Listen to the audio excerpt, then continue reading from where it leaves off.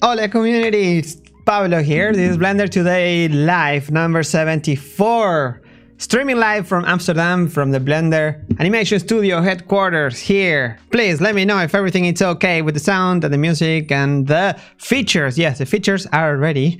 There is one that is gonna blow people's minds, even though it's a small-ish thing. It's something that people have been asking forever, especially people coming from other softwares. So, okay, first, the only thing that I want to say first is an announcement that I have to give is that I am quitting Blender web development. Yes, I am quitting from working on the website part of the Blender project. So yeah, it's not actually the title of the video is gonna say I quit, and you know, with the face and a pointing and a red arrow, like all those clickbaity things on YouTube. Well, no, not really. It's a for many years now I've been taking care of the design part and the implementation and the writing and a bunch of web development in the Blender world. Not because I was hired to do it, but because I kind of enjoyed it. And actually, for a project as big as Blender, you need to have these you need to have websites, right? Like the Blender Development Fund and the conference and the Blender Cloud, or like the everything, the Blender Network, everything. So I would like to spend more time doing this kind of stuff and more like into Blender. So we're looking for the UX and web designer especially. So if you're into web design, go to blender.org/jobs, and here you can see some of the requirements that we follow. It would be awesome if that person would be here in Amsterdam, because with so many projects going on, not only the web design, but also just maybe like a flyer, like there is a new release, Blender release, and we need some graphics and stuff. So yes, that would be pretty awesome if you want to have a look. Web development, it's still Blender, right? So you still get to do Blender stuff, and you can use Blender as much as you want for making it. I actually designed some websites using Blender curves and stuff back in the day. So yeah, that's fun. So okay, next topic. Let's get to the actual features, to the list of features, which today is crazy long. It's not as crazy as last week, but I can give you here a heads up. This is the list. Boom. Yes. All right, let's get to it. So first thing first, the feature that many have asked for years, especially if you're coming from another software and you're not familiar with the 3D cursor that you can use for like pivot, for example, and you're used to use the center of the object or the origin of the object as a pivot point. Everybody was asking why can't I just transform? Why can't I just like click and drag and move it around? So that feature is now here. Blender 2.81 is gonna give you the option to change the origin of the objects in object mode. So you can in the pivot point pop over here in the header, you can make it so it only affects the origin. So the transformation only affects the origin. What does it mean? It means that as you move now, or rotate, or scale, everything works only in the origin. So you can actually just shift it around, rotate, scale, and the object will stay in place. Which is awesome, because you can do things that it wouldn't be possible before. Because yeah, you can use the 3D cursor. That was the answer from every Blender user when you see other people from other softwares coming up. It's like, yeah, but you should get used to using like the 3D cursor as a pivot point, right? Yeah, it's possible. It's actually great. And now that the 3D cursor is actually in 3D, it could even be possible, but having the option to change it from here, like even the scale, you can update, you can change it, only the origin. So that's pretty neat. Very nice feature. A lot of people will be pretty happy with this. So it's a good combination of both things. And some people were saying like, why is it not an active tool? Well, because this way you can actually mix it with other active tools, right? You can have it you can use other tools and at the same time use it as a transform. So it's a combination. It's the best of both worlds. And not only you can move it, but you can snap it. So for example, if I have a monkey here and I want to move this object, I want to put this the origin somewhere in this monkey, I can snap it to, for example, the vertices, and then I can put the origin of the cube somewhere in this character. And you can even use it with the new options for edge center and edge perpendicular, which I'm going to show in a little bit. But this is pretty awesome, because not only that, but you can change the origin and snap it to itself. So it works with other objects, but also with its own. So you can, snap to itself, and then you can change the origin very easily. That is awesome. Really nice. Does it work also with like rotation and scale? Yeah. It doesn't snap to rotation, but yeah, I like rotation to target. Oh yeah, whoa. Nice, you can change the rotation actually, and it will adapt. Ooh, awesome. That's so nice. Yes, go download Blender from the Buildbot. It's already there. And it will be 10 years. Yeah, now 10 years worth of work to reach this point. Now get ready to all the comments here is going to be, oh, finally, only took them 25 years to implement the feature. Yeah, people are busy. No, yes, it was a long-awaited feature, and now I see actually the potential of it. But I don't know if it would have worked exactly the same fit with the design of Blender 2.7, for example. I think 2.8 is the right moment for it. So yes, super nice. Make it a bit more sexy. What, the gizmo for snapping? Sexy as in add, yeah. It's a bit ugly. It could have colors, right, for each axis, and it could have could be anti-aliased, but the thing is there, and it also could be just not so big. Well, actually, that's the size. Yeah, it could get some attention. Let's see those mockups showing up on rightclickselect.com. All right, so more features. Let's start with the UI. For today, we have UI, nodes, Grease Pencil updates, some snapping options, some miscellaneous, some fixes, and some heads up on what's coming up. So let's get to it. Interface. Another feature that was lacking, that was missing in Blender 2.80, but it was in Blender 2.7. So if we open the ancient 2.7, if you were using it's not ancient, we love you 2.7, but you will have, for example, here the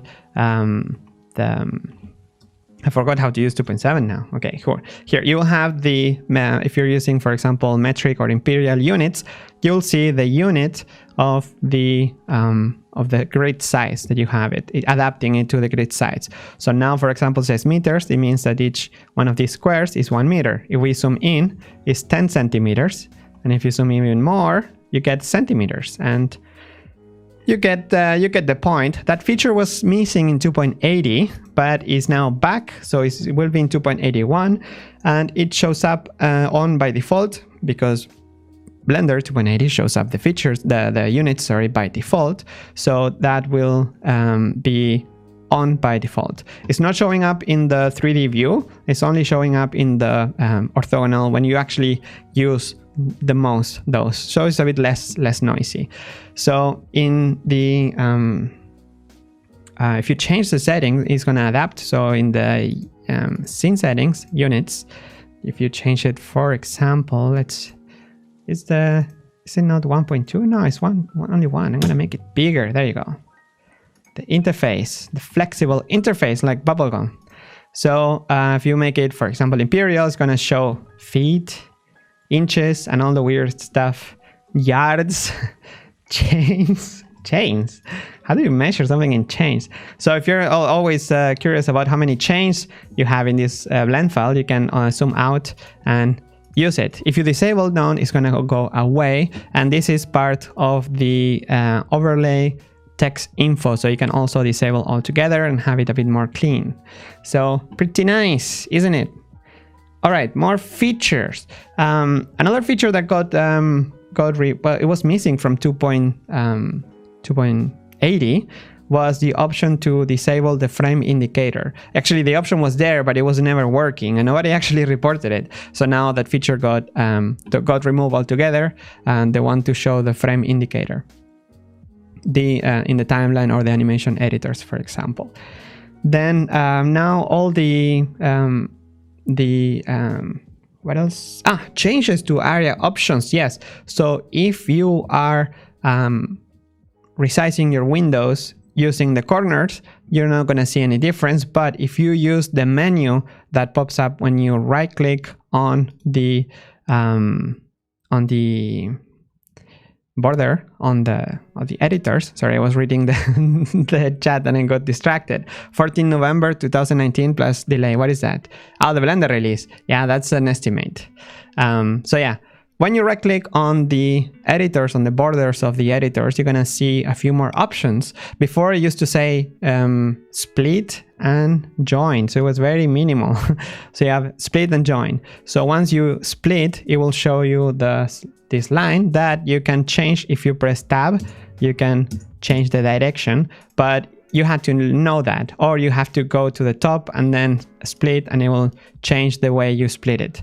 So in order to make things a bit more transparent, on top of all those assumptions Blender does when you right click, now it's gonna actually ask you what kind of split do you want to do, vertical, horizontal, or you can also just swap it when you're in the middle of it. So let's see, horizontal, it's not working. Okay, so here, there you go. I was doing something wrong. So you can still use tab to switch it, or the other option, vertical or horizontal. You can also swap.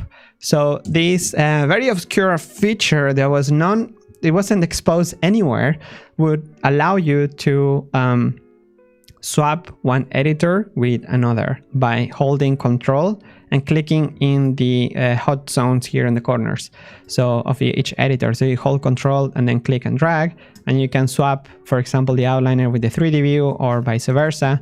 And it was awesome, but it was never exposed anywhere. Now it is, so you can right click, swap areas, and it's gonna swap the in between those two that are selected. So yeah, Linux buildbot is not working. Yes, the buildbot, the Sergey, our developer, our awesome Russian developer, is is coming back tomorrow. So I'm gonna ask him to check on the buildbot for Linux. But if you're using Linux, I know this sucks to ask, but you should really give it a try to compile it yourself. It's the simplest way to compile Blender. You should really just you go to your wherever you have Blender source. So for example, in the source you go to, I'm not gonna show how to compile, but if you go to build files, build environment, there is a file here that is called install deps. You run this, and really at the end is gonna give you a command, make command, that you just copy paste it, and suddenly you have Blender running. Really is that easy on Linux. On the other platforms it takes a bit more work, but on Linux it's super simple, and you do it only once. It's gonna take forever. First time it's gonna take a long time, but then it's just super simple because you only update the features that get added or fixes or anything, and you have your own. And it's actually optimized for your computer, so it's even more better there. All right, more features. Yes. Okay, we're on time. By the way, remember this is live, and we are actually gonna be answering questions towards the end of the show on Blender.community. The notes improvements. There's already 47 comments. So thank you, Momotron, for making this thread. Now there's 52 comments actually from when I load the page to, oh wow. Okay, 52 comments. Yes, I'm gonna try and address them all as much as I can. Better, like Tommy Gunn says. Yes, Saiyajin. I'm a Saiyajin. No, I need to be blunt for that. No, I unless I'm a Saiyajin the level 4. All right, next. Let's see. new icons, yeah, for sequences and constraints. So you're gonna see a few new icons for the meta strip and for duplicate strips. So if you have a, for example, if you're doing video editing, you're gonna see in the outliner the new icons. So thank you, Andre, for making those icons. And there's also a few changes regarding the alignment of the buttons, but it only affects mainly people that are making add-ons. If they're used to like Blender used to automatically move the order of the buttons, like the text alignment in the buttons to left or right, depending if there was an icon or not. And it'll look a bit weird. So now that option got removed. And if you're making add-ons and you want to, for example, do alignments, you can use the UI layout alignment and then set it like to left. So that's pretty much it. So yes, let's move on. The naming consistency, the burn option in blending modes for like color, for example, now it got renamed to color burn instead of just burn. So a bit more yay for consistency.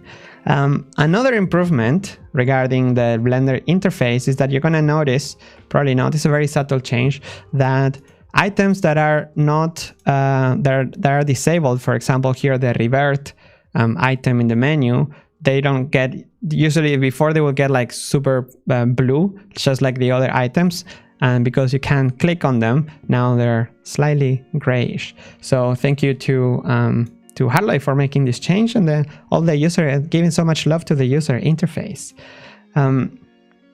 What else? There is, speaking of love to the user interface, there is a member of the community that has been contributing also changes to the user interface, mainly to make it nicer, to make it more, to fix the padding. For example, these changes started by Harley, basically adding the name of the file to the one you were working, so to the quit menu. So if you have changes and you try to quit, it's going to tell you, hey, save the changes to untitled before closing.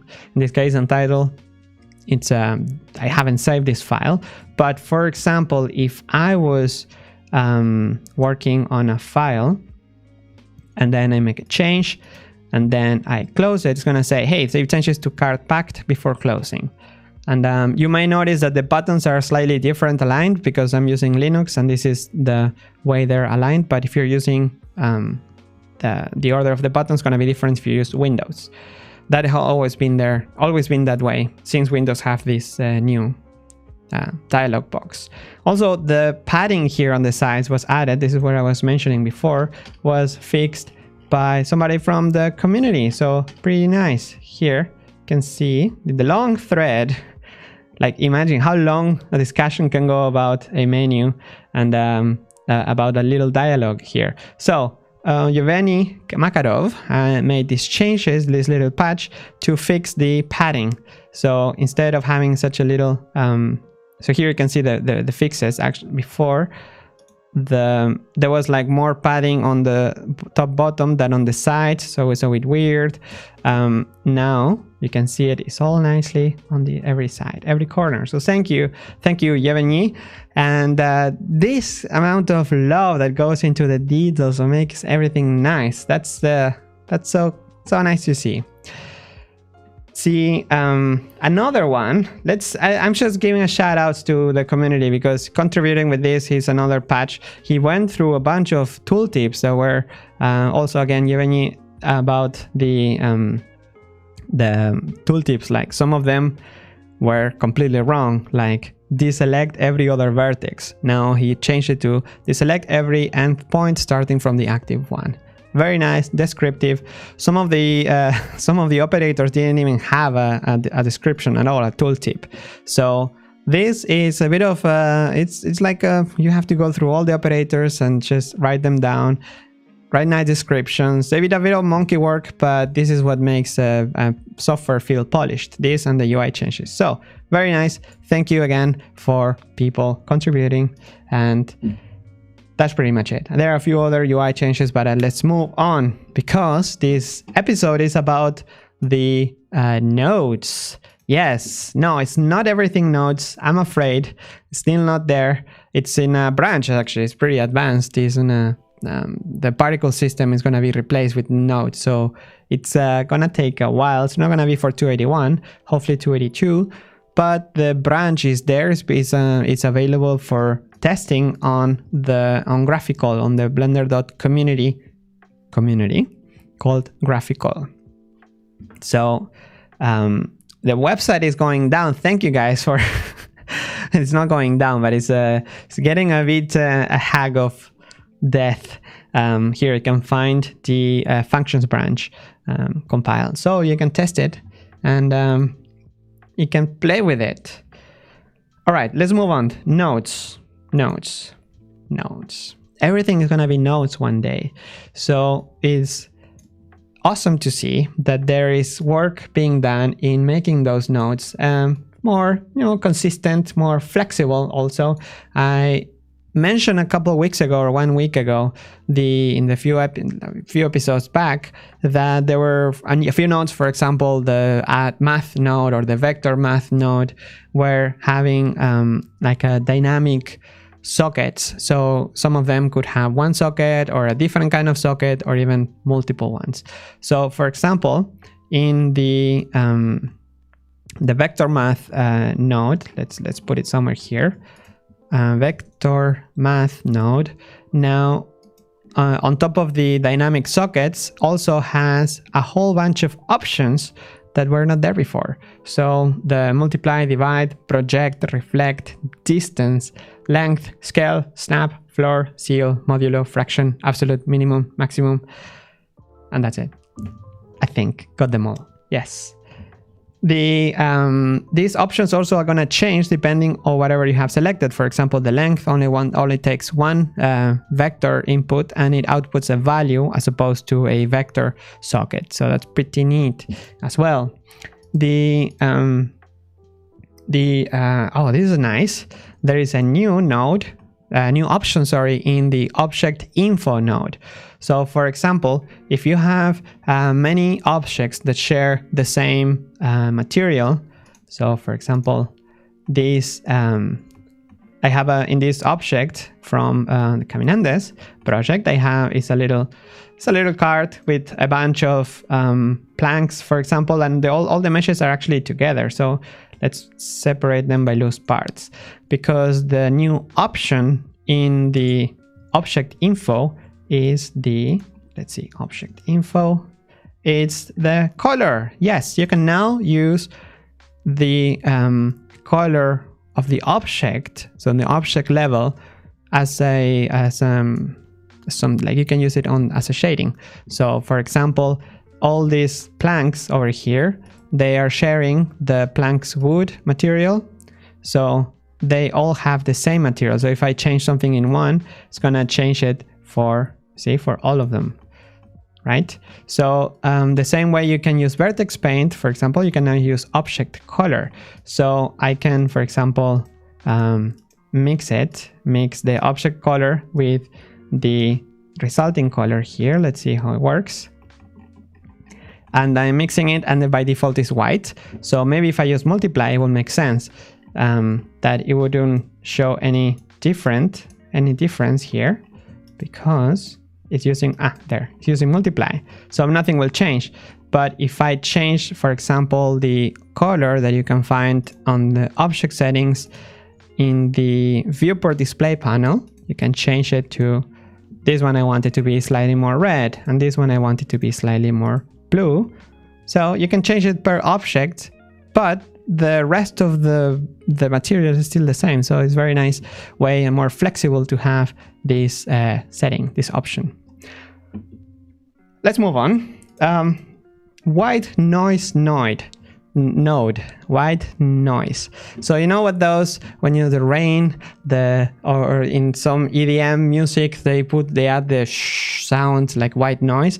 Well, that also exists in computer graphics. So basically, it's it's noise. It's little dots that can come from, like you can specify from a vector, from any kind of input, and it will output this noise.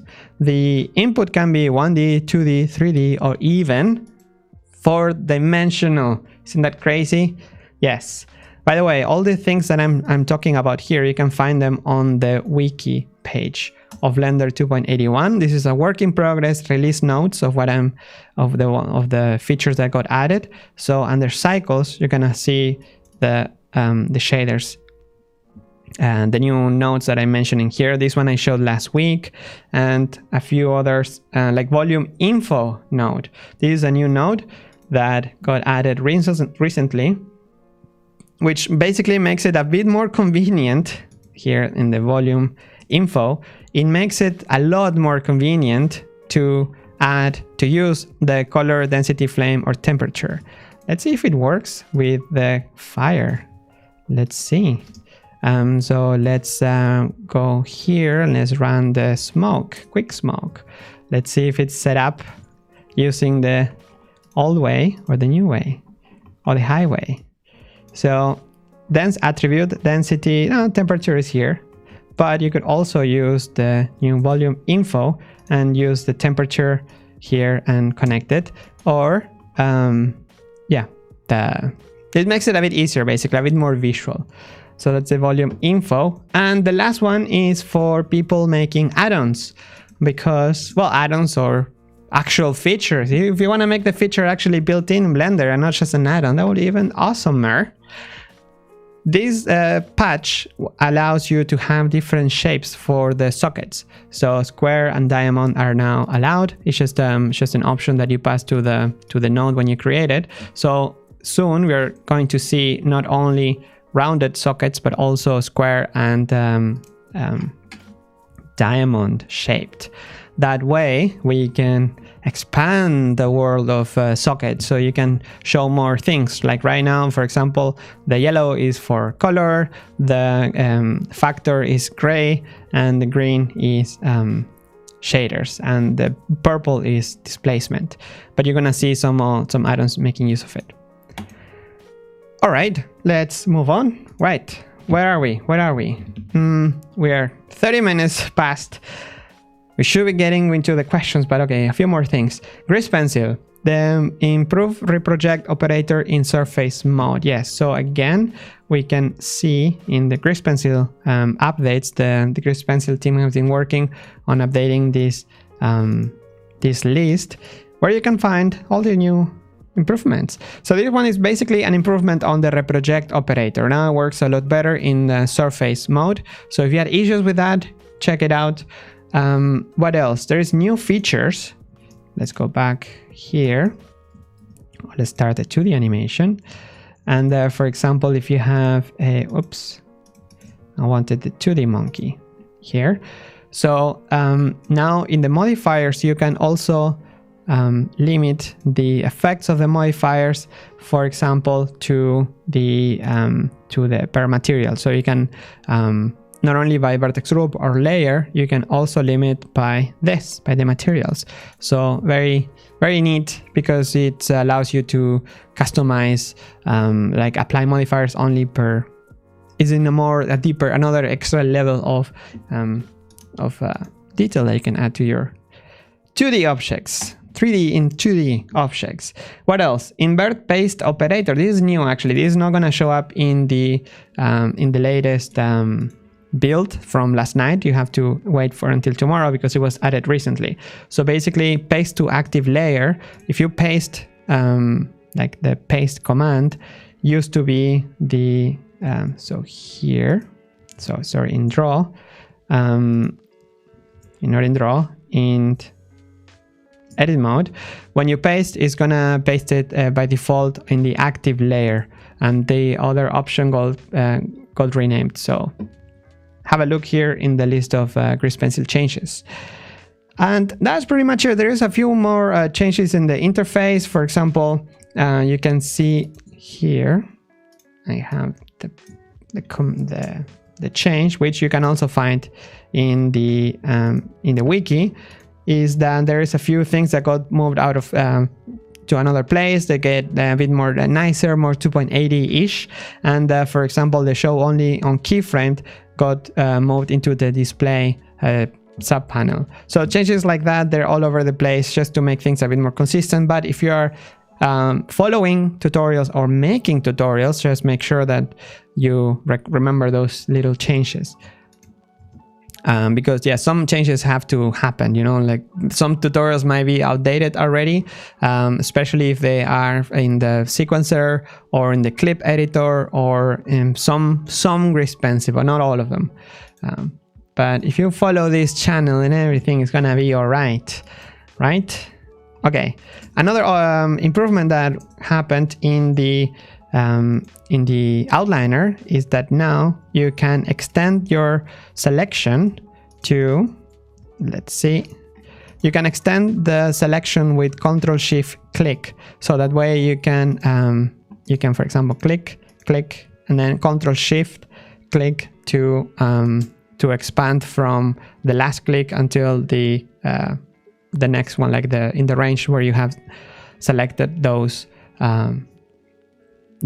items in the outliner. So very nice. Thank you, Nathan, for fixing it.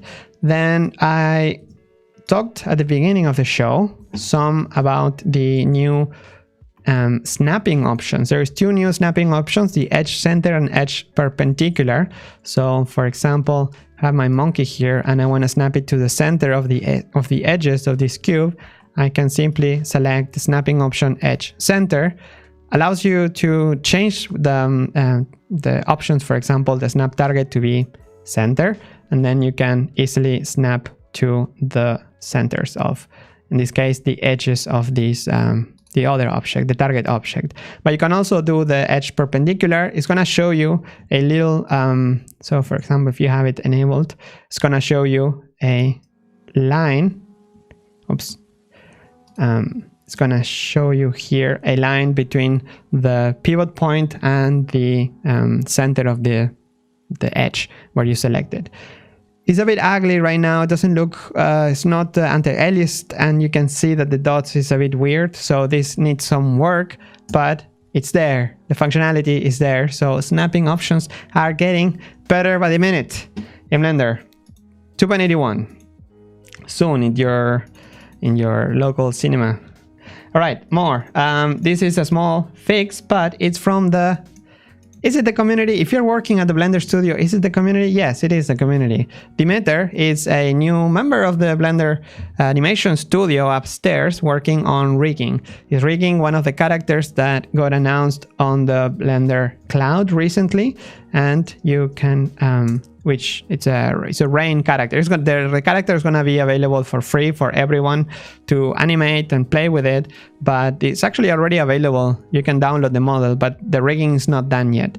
So it's part of a training, which is going to be for Blender Cloud subscribers, but the model is going to be available for everyone.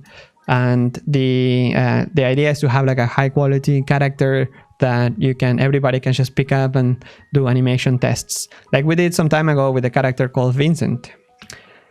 What Demeter did actually was fixing the so I thought it was just like an artist, a rigging artist, but actually he went ahead and made a fix in Blender where basically Paint Debone settings now work in edit mode.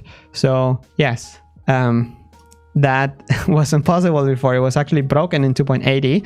So if you were doing rigging and you'd realize that, yeah, X mirror wasn't working for bendy bones, it now is. So thank you, Demeter, for making this fix. And that's it. There is an update for object fracture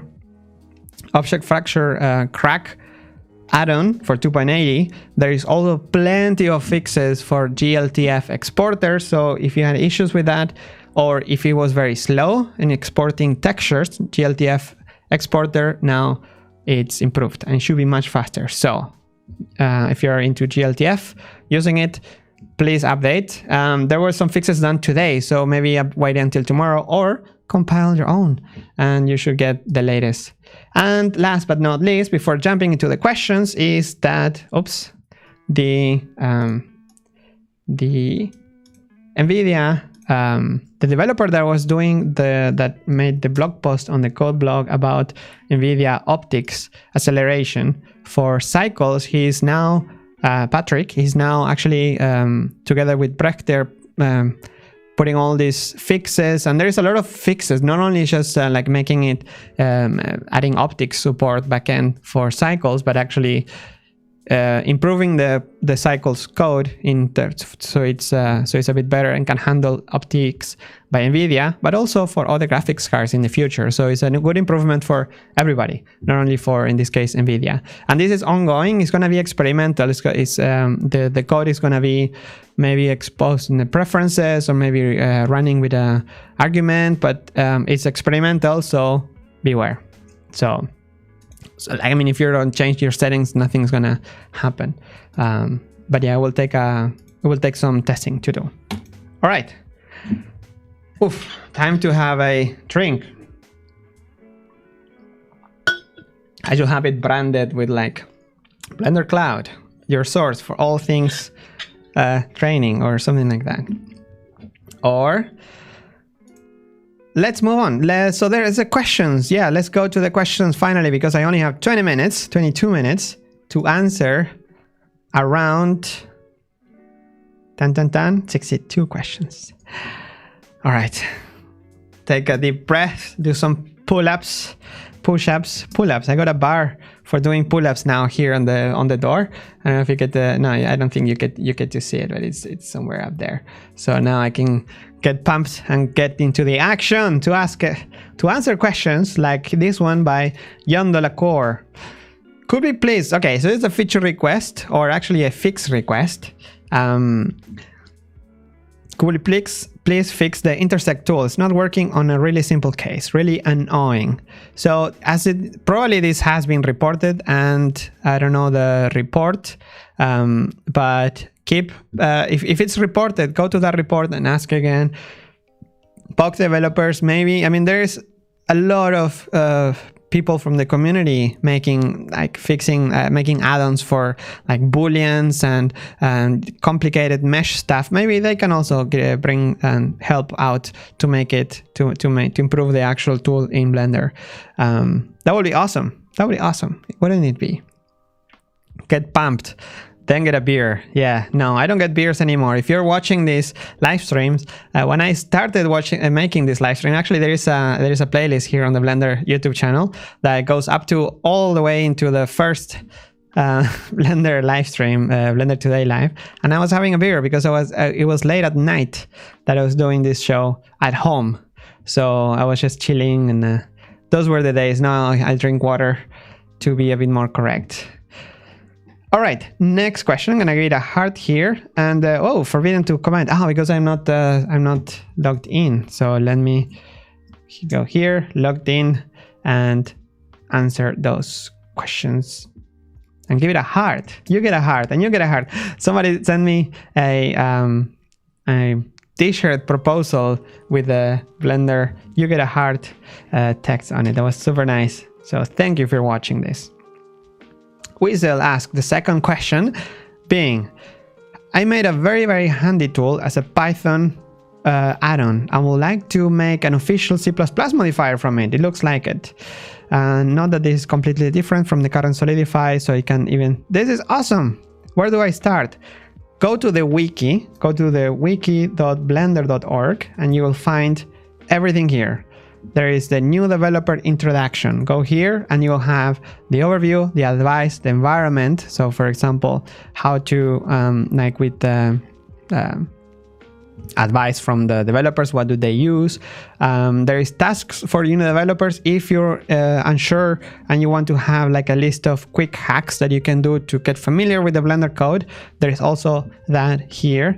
But yes, wiki.blender.org, new developer introduction. You will find everything there, how to get involved.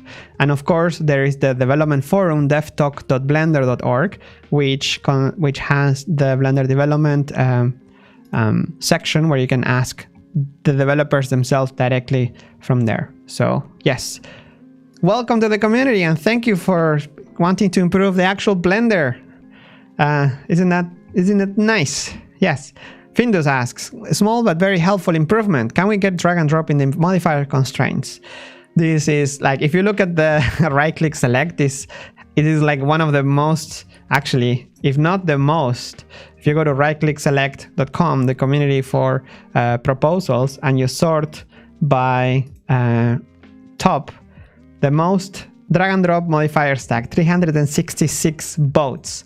So yeah, this is something that it's, yeah, people know, everybody knows. It's just that the UI, like, and I bet developers have looked into it. It's not a walk in the park, unfortunately, to make it nice. The Blender user interface code is not simple, apparently, because something as simple as moving and being able to drag and drop the tabs here is not something that the developer can do like in a couple hours or a day even. It's a bit more involved than that. Next question, VFX on fire asks, hi guys, vertical node to composite, is it possible? It's much more clean and fast to work, like Natron or Nuke. You could, like, nothing stopping from doing it. It's like, I don't know if it's much more clean and fast than horizontal. For me, well, it depends, maybe it is, but I haven't seen anyone proposing this change. Next question, Jersey. Hello, Pablo. Is the Blender Institute a multilingual office, or are you guys forced to speak English? Not really forced, but if I start speaking Spanish to everyone, they're not going to understand me. This office is full of completely international. There is only a few Dutch. We are in the Netherlands, but only like 1, 2, 3 Dutch, 2 Dutch, but not all the time. So yeah. On top of that, we have Italian, Russian, Argentina, Iceland, Germany, France, Belgium, all over the place. So yes, we use English to communicate because that's a language that we all speak. But there are, like for example, there is also 2 from Spain, which I didn't mention. There is 2 animators from Spain. So at lunch sometimes, or after lunch for the coffee break, you might see us, the 2 Spanish and me, that I speak Spanish as well, Argentina, hanging out. And that's such a cliche, right? Because the Spanish get together and try to talk to each other, and it's a nice relief to speak in your own language. So I love speaking Spanish. That's why I also make these live streams, by the way, in Spanish. If you go to youtube.com/BlenderHoy, like, you will find the exact same content that you see here in the Blender.Today live, but in Spanish. So I do it every day, every Monday right after this one. If you know anybody that speaks Spanish, or if you want to learn Spanish, you can follow here. And I also get different people invited over because they speak a different language. And I invite other people to do these live streams also in other languages, hopefully. All right, because the local communities are important, you know? Not everybody speaks English or understands English. Next, the next question, DB3D asks, oh, that's a nice render. Hi, Pablo, I'm selling ArcViz scenes for Blender 2.8. Let me know if the Blender website wants a free CC0 ArcViz file example to share with everyone. I made my vision to convince the ArcViz community to use Blender. Yes, absolutely. But just publish it and then send us an email, and we can put it. It looks beautiful. So maybe if you can clean it up and make it a nice example, we can put it in the blender.org download demo files section, where you can find all the demos already. There's this ArcViz, but it's mainly about navigating in an environment, but actually yours looks very nice. So yeah, put it online, share it with the rest of the world. We can get it, send us an email, and we can add it to the list. It has to be public domain. Yeah, CC0. Awesome. All right, next. Cobra asks, why specular highlights for the workbench is in the shading popover instead of per object for the viewport materials, for example? I want eyeballs to have highlights, but not eyebrows, etc. Right now you can do, and it affects everything in the scene. Yes, basically it's to avoid having extra options, because sometimes too many options can be a bit overwhelming. What if it's the other way around? What if it was only per material, but then you want everything to have that to not have a specular, for example. So let's see if didn't I change this already? Autosave, yeah, strange. But yeah, what you can do though is that if you're using the workbench, for example, in the material settings, you're going to have the roughness. So you can change the roughness all the way to 1 and suddenly, boom, no specular in that one. So this is a per material setting, so you can make some of them more specular, some not. So you can actually do it. You can. It's just an option in the material settings. Next. Let's see. Is everything okay here going on in the chat? Costa Rica, muy bien. Costa Rica. All right. Let's move on. When we will see an overhaul of the graph editor soon. There are actually in the not overhaul, but there will be a lot of work going on in the graph editor and all the animation editors, especially in the channels section. There is already this. If you go to developer.blender.org, you can find all the modules in Blender. As in Blender is split into sections like compositing, render, IO, sequencer, and one of them is the animation module. This is now maintained by Sivren Stuvel. He's working here at the studio, and also it's helped by the animators upstairs. We have 3 people, full-time professional animators that have worked in the industry in AAA films, like from the big studios. So they have experience. They've worked in Spring and the Agent 327 project and Cosmos Laundromat and all the other films. So they know the good and the bad. So the goal of this is to have people that are actually using Blender, also working in the animation editor and improving it. So join the discussion. There is already many tasks here where you can see some of the improvements for curve drawing or the channel colors, for example. Right now, this is how it looks at the moment, which is a bit terrible because the eye is sometimes you can't even see if the eye is on or off because of the color. So there were a few proposals to make it maybe like one line on one side or maybe thicker. So those little things, there are multiple tasks here where you can join the discussion and talk about it, or even better, make new proposals and post them on right click select and get the discussion going with the community in there. But yeah, Animation 2020, that's next year's big project to improve the animation character creation pipeline world. Next question by Thomas. Hi Pablo, I'm learning C again and was wondering how hard it would be to change how Blender treats its inputs fields. I made this proposal some time ago and I was thinking about implementing it. This incremental value control. Whoa, nice. Okay, it's maybe a bit too much to see it here live during the live stream, but this looks incremental value lets you insert an increment of a value after the cursor. This allows more precise fiddling. Oh, nice. I'm curious now. So you can basically add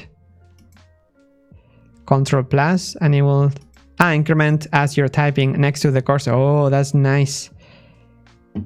Please do it. Add a patch, make a patch and post it. Again, go to the wiki, on the wiki.blender.org, new developer, and then you can here see how to make patches. So please get involved, add those features, they are needed, right? Yes. Thank you, Thomas, by the way, for helping out. And Masish asks, hi Pablo, do you have any news regarding the asset manager? I have the impression that this crucial component is postponed over and over. This task was closed in April. I said, oh yes, it was closed. So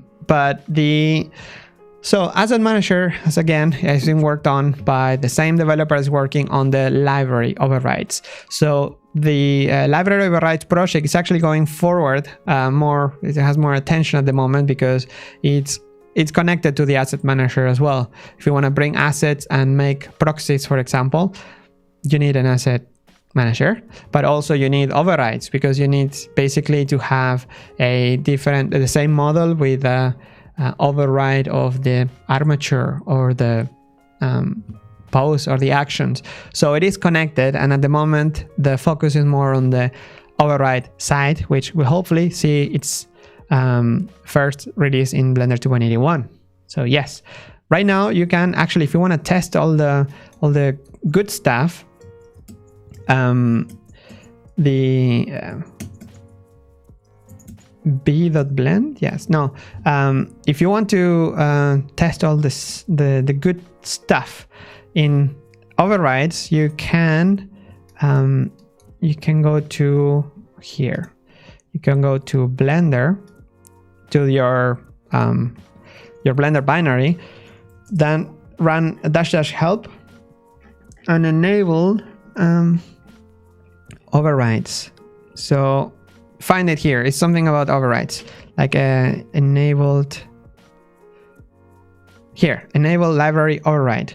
It's gonna let you test these new things. They're pretty nice. I saw it working. It's awesome. And maybe next week or the week after I can have those. The same also there, for example, Quadriflow project is almost there and it's gonna be part of 2.81. Quadriflow is a way to remesh your mesh in a very nice, super perfect quads of the same size, and it's all beautiful. So it's gonna work great with the new remesher, the voxel remesher.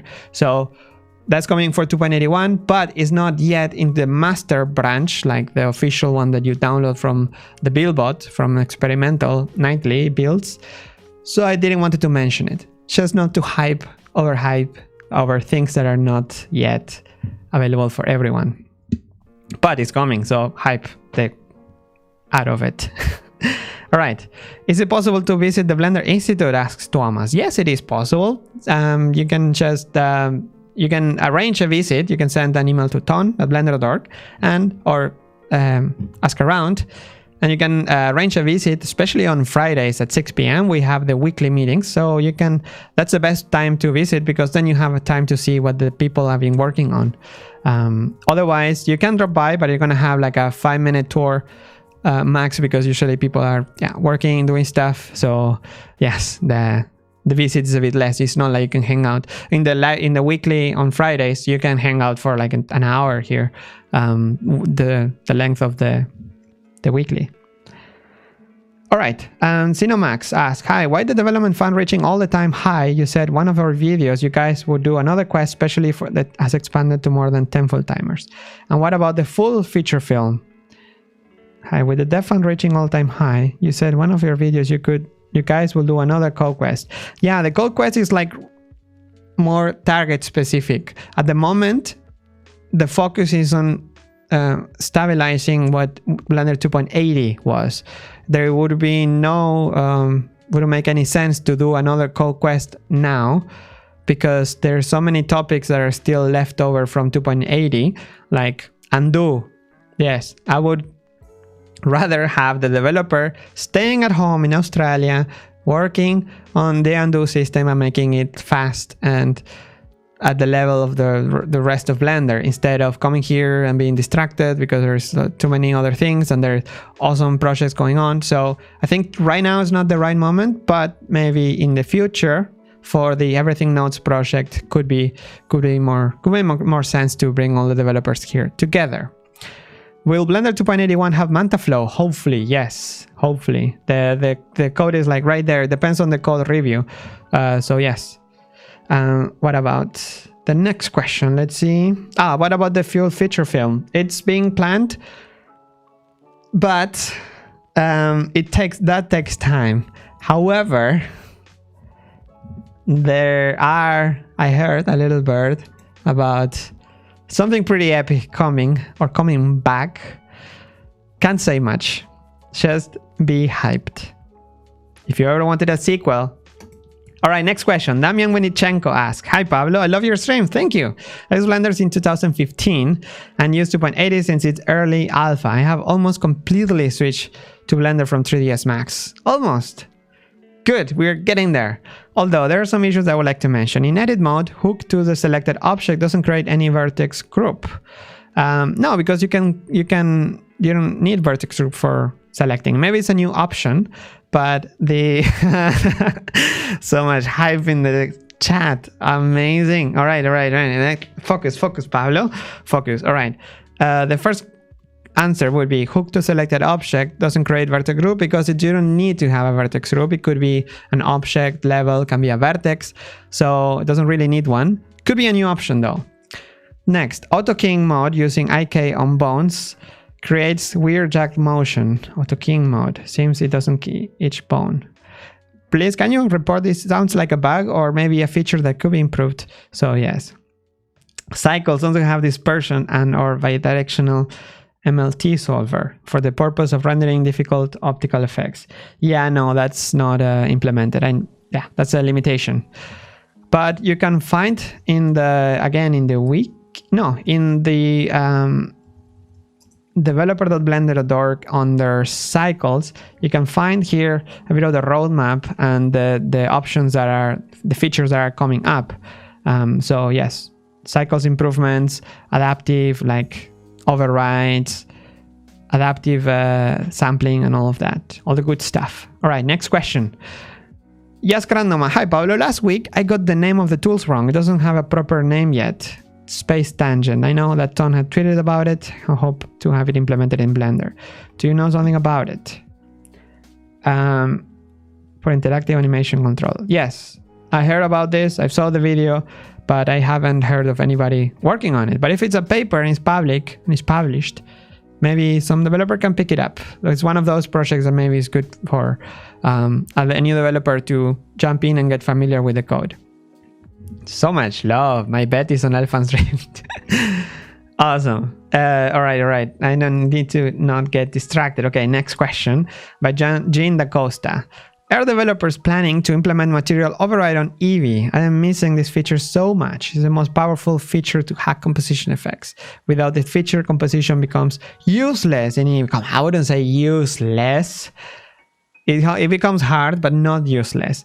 It's a feature that a lot of people are being asking for. So we can, again, the focus for Eevee in 2.81 is to fix all the issues that people reported on 2.80, named compatibility issues, graphics cards, and performance, graphic card support, and yeah, performance. That's a big one.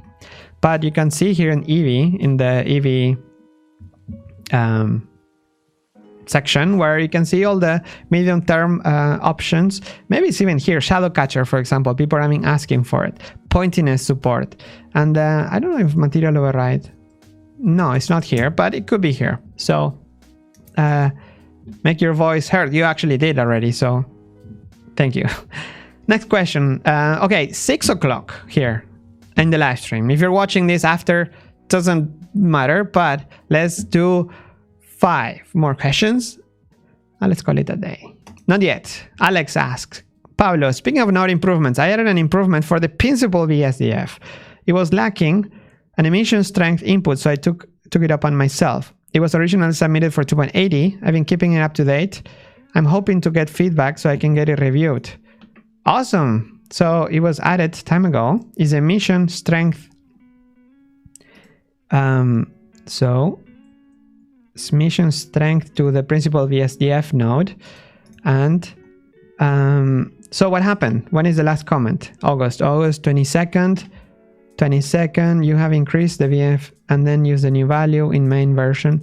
So it's almost there because you're working already on this Blender version, which is the versioning. So when people open this in a future Blender version, it gets, or an older Blender version, it gets properly set. So it's almost there. Just keep poking because developers have a million things to do. So pick every week, every few days, like poke. It's like, hey, it is there.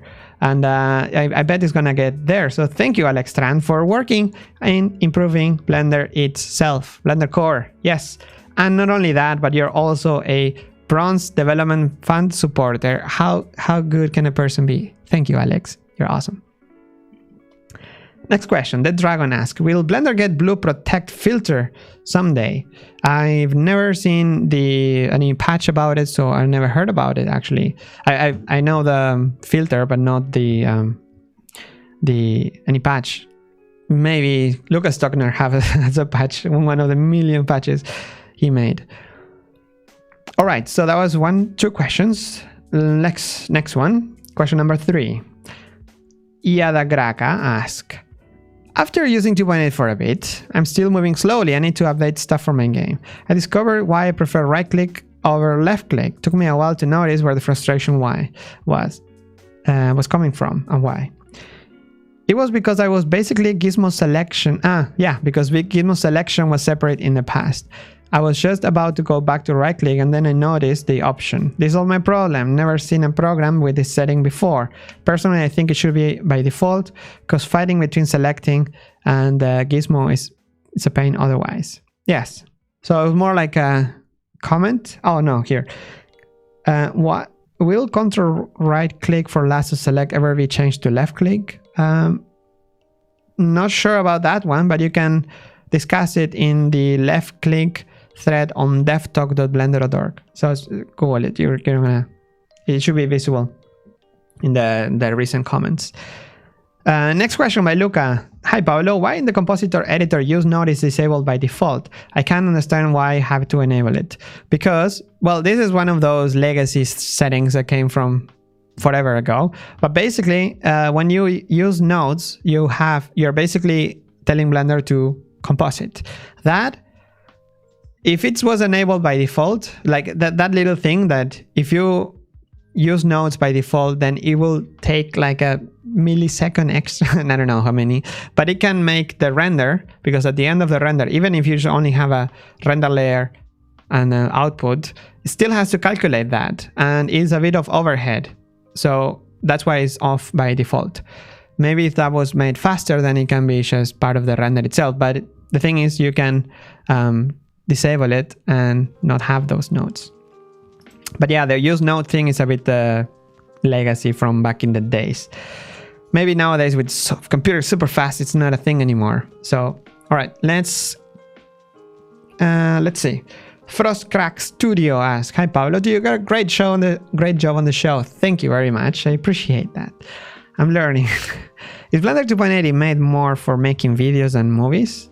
I don't find many tools in Blender that make it easier for making game developers. And here's my question. Why do I need to use vertex select to get the merge by distance selection remove doubles in the special menu? Because it's context sensitive. It's not called special anymore. It's called context. So it's context based. But you can access those settings always in the mesh here. Somewhere in the mesh, you can find it somewhere here. I can't, maybe merge. Can't find it right now, but it should be always available, depending on the context, or here globally. And is 2.8 made more for making videos and movies? Not really. It's really up to whatever you're using it for. Like all the baking tools, yeah, they're great for the games, but also great for anybody, for if you're making film. The Blender Studio has been making more animation and film than games, but really at the end of the day, it's all pretty similar, right? One thing helps you to do the other one. For example, Retopo tools are going to help game developers, but also help regular film models. So I think it's not that one thing is more favored than the other, it's just a balance. Next, it's all polygons at the end of the day. Thank you for the question. Next question is again by Frostcrack Studio. Will Blender 2.80 get some new rigging tools in the future? 2.8, yes. 2.80 is already released, but 2.81, 2.82 is and beyond is gonna get a bit more rigging tools. And further, it's hard to know because this is the open source nature, right? Maybe you're somebody here watching is like super into rigging and wants to start making new features. So that's the magic of open source. All right. And I think I already passed 5-6 minutes. All right, last question by Dead Dragon. Hi, Pablo. I love the show. You're amazing. Why is the new icon in the mirror modifier look like something else? Can we get the old icons for the modifiers or make the mirror modifier top look like a mirror? That's a design discussion. There is a thread on Dev Talk where you can discuss about the icons. If you see icons, really this is up to the icon developer, icon designer. So you need icons for 2.8 and just go to the latest and you should be able to discuss new icons or other ones. There's probably already a discussion here, like for every icon there is like a discussion. So yeah, this probably deserves its own section already. Okay, 8 minutes past 6 p.m. It's time for me to say goodbye. Sorry again for all the questions. I tried to answer all the questions that had at least one vote in them. The original posters of the questions can't vote their own, so at least that was fair. But yeah, after reaching 0, I would have started from the bottom. Sorry about that. The last question. Yes, I already answered this one actually. What happened to the daily Linux builds is that Sergey, who's maintainer, it's coming back tomorrow to work, so I'm gonna poke him on that. But again, it's super simple to compile in Blender, compile in Linux. So give it a try. All right, thank you for all the love here in the chat. I had you're breathtaking. No, you are breathtaking. Thank you for all the love in the chat. It's been amazing. I even dropped like a teaser or like a little bomb in there. The big feature of today was the transform origin. I hope that was something that you were hoping for. And just share the news. Tell all your other colleagues or people that are using Blender or wanted to use Blender that 2.81 is getting there. If you're using 2.80 and you're afraid of testing 2.81, I think so far it should be kind of stable-ish even to switch. So give it a try. It should be be more stable than 2.80. That being said, I think I'm gonna get going with style as always. Thank you for watching, for staying until the end. If you want to see more of this, just remember, give it a like so people get informed about this. Last video was like 36,000 views or something like that. It's insane.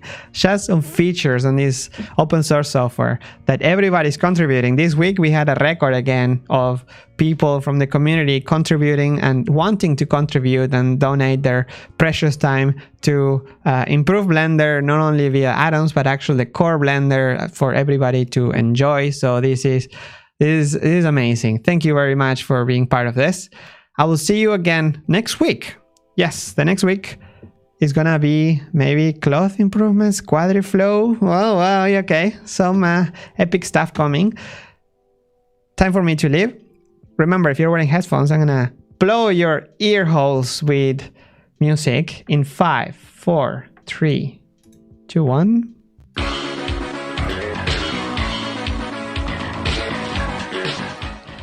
Thank you, everyone. It's been a pleasure to share this hour with you. I will see you again next week, same place, same time. Bye. Do